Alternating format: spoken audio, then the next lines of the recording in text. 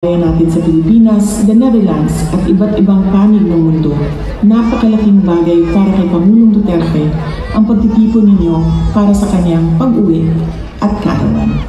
Maraming salamat at napakagaan nito ang mga hamon na hinaharap niya ngayon. Alam din ni Pangulong Duterte na haharapin niya ang ICC na kasama ang lahat ng mga Pilipino sa iba't ibang panig ng mundo, lalo na ang mga kababayan natin sa Pilipinas. Sa kanyang pagdiriwang ng kanyang 80th birthday, huwag nating kalimutan na ipagdasal sa Diyos na sana ay biyayaan pa siya ng mas magandang kalusugan at mas mahabang buhay. Hilingin din natin sa Diyos na sana ay makauwi na agad si Pangulong Duterte sa Pilipinas. Ang ating mga pagtitipon ay nagpapatunay ng lakas, tapang at paninindigan ng mga Pilipino. Sana ay magpatuloy din ang inyong suporta at pagmamahal sa ating dating Pangulo hanggang sa darating na halalan ng ating mga senador. Sa inyong kaisog suporta o pag-ampo, kami nagasandig o naghinaot na atong makabot ang hustisya alang kang Rodrigo Duterte sa mga Pilipino o sa atong nasod, Pilipinas. Syukran.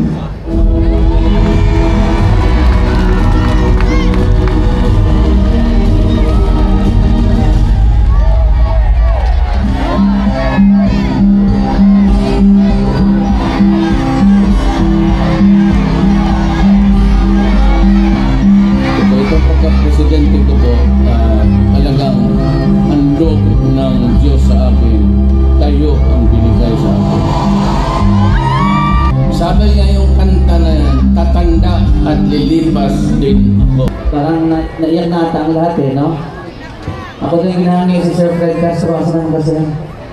Pero maagi sa kulinhin, kung ta makaagi ko yung dabikan, kayo magkakuhan ko.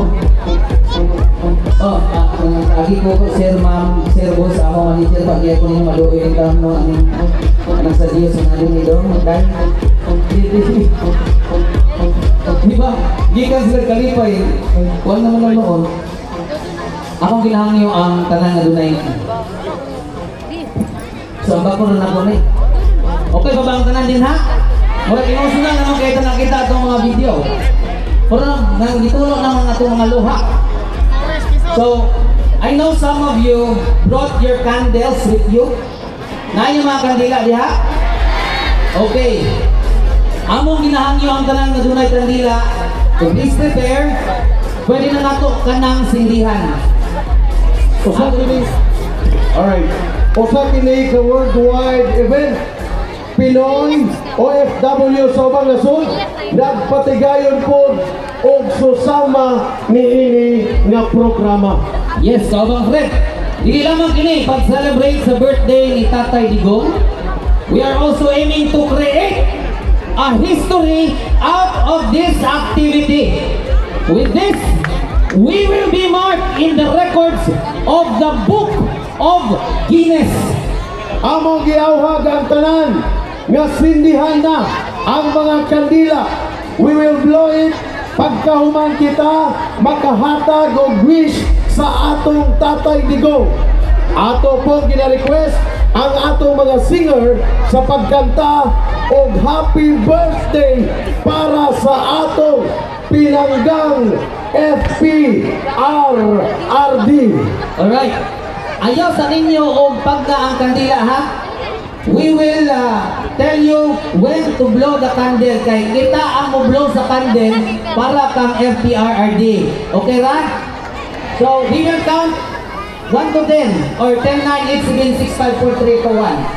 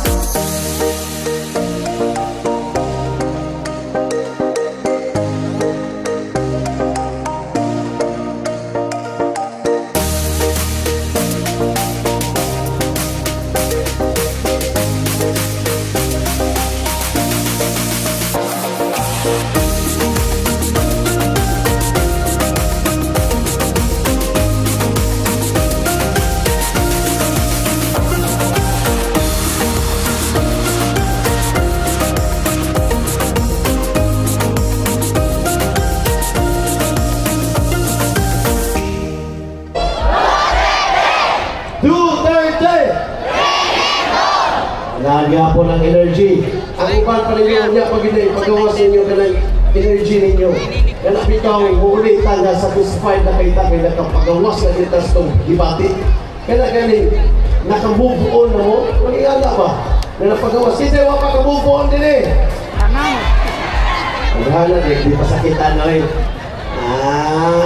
Pero okay na na, kung hindi mo na kugaliha, na i-love ninyo inyong kaugalingon. Kaya nga no, pag i-love ninyo kaugalingon, ayaw kay 100% kalihatag ninyo i-love sa usa ka tao nga 1 week pa ninyo na ila-ila, 1 week pa ninyo na chat, sakit ka ayaw lang kalihatag na ninyo. Muna dapat, kung 50-50 lang. Mo share sa 50 sa imong love, mo share kung ka 50, at least, naamoy nabilin ng 100% sa usan niyo. And now, nako'y pasakaon din niyo. Naghangyo ko siya, pero tagaan ako nato ni pagtagat, no? Naan siya tula something nga i-share sa atoa kabahin kay Tatay Digong. O nakita po nako na siya i-drawing galiha, no? So atong i-welcome atong pasakaon si Mr. Alfred Villanueva. Okay, atong palakpakan sa balay mong gala. Alright, na siya i-drawing happy birthday Tatay Digong. Then na ay Tatay Digong color green.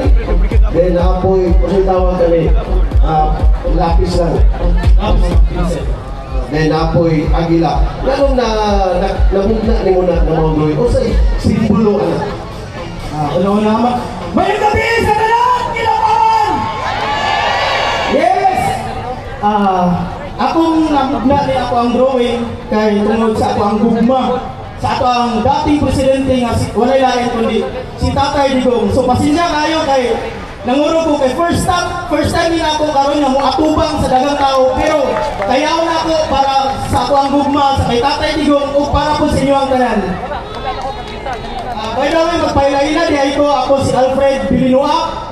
Nagapuyod din sa Kidapawan o kusalamat ko kaya nung tao nga nagapamaligya o prutas din sa Kidapawan. Pero sama ninyo, isa lang mga tao nga nagabatyag o kasubok para sa ato ang Tatay Digong sa iyang nadangatan. So, karon bago na kusugdan ang ato ang tula, na ako i-prepare nga tula para sa iyaha.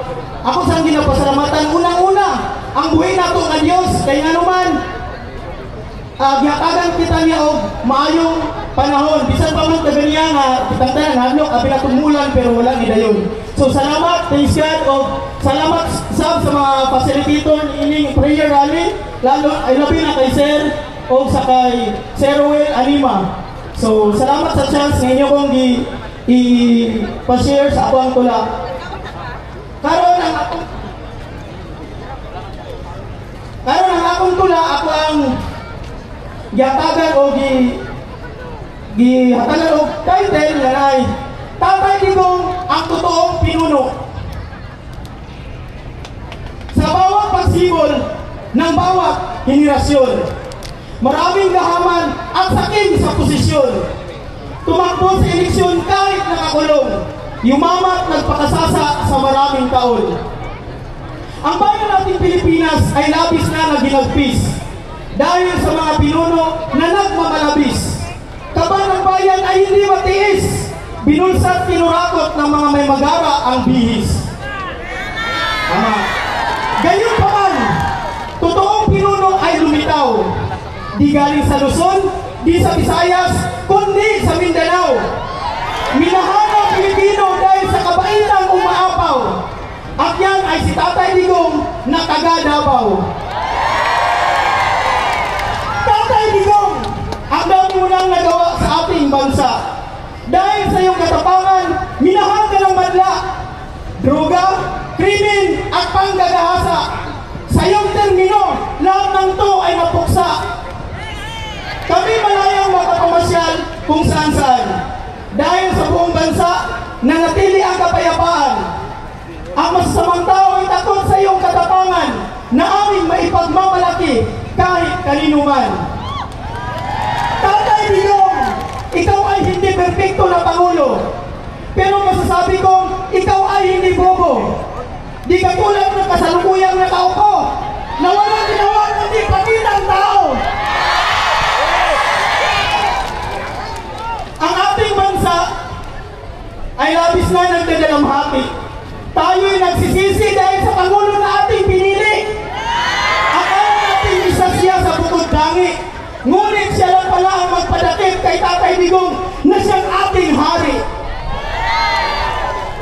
Ngayong araw na ito ay iyong kaarawan. Hindi mo sana ito dapat maranasan na ikaw ay padala dyan sa Netherlands ng mga taong gahaman sa kapangyarihan. Tatay Digong, gusto ka na namin bumalik. Ang taong bayan sa iyo'y nasasabik. Gusto namin ang kapayapaan ay manumbalik. Dahil sa Diyos at sa iyo lang kami kumakapit. Tatay Digong, habang ang tulang to'y aking sinusulat, di ko alam na ang mga luha ko'y unti-unting pumapatak. Dahil kami lahat ay sabik na sabik sa iyong paglingap. Balik ka na, Tatay Digong. Hinihintay ka naming lahat. Sabay natin sigaw, Duterte! Duterte! Duterte! Duterte! Salamat to. So, pasensya. Punta, nakatan na ko ang mensahe sa inyo sa akong gikumpos na tula. Salamat o maayong gabi sa tanan. Thank you so much. Wow, grabe makatas kay ang iyang gihimo nga tula, no? Usa ka yanong bata nga nagabaligya lang nila. No? Kuan siya, vendor ni siya. Nagalako. Niya, nakabugna siya inato. Tiaw na, bisan mabata, matigulang, no? Na-appreciate yun ang pagigugma nila dito kang Tatay Digong. Diba? Duterte! Bringing home! Duterte! Bring him home! Alright, and now, before ka masugod, tagaan pa nato ng pagtagal, doon na patay 20 minutes. Again, ang ato ang next nga tawagon, say ko na gihapon ni atong kay Alfred, no? Atong tawagon si Mr. K. O si Miss K. But before that, ato na yung ipanawagan, kinsay nakakita sa susi sa badya nga naay key holder nga puti, nawala diya sa island. Pakita na tanaw ko sa inyo ang palibot. Diyan sa may island banda, susi sa badya, pakihatag lang din sa ito stage ha.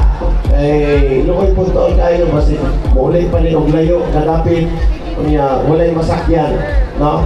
So, mamalihog lang tayo na, patulatan sa inyong gilid, masig na amoy makita na susi na badya. Again, atong palakpakan si Mr. K.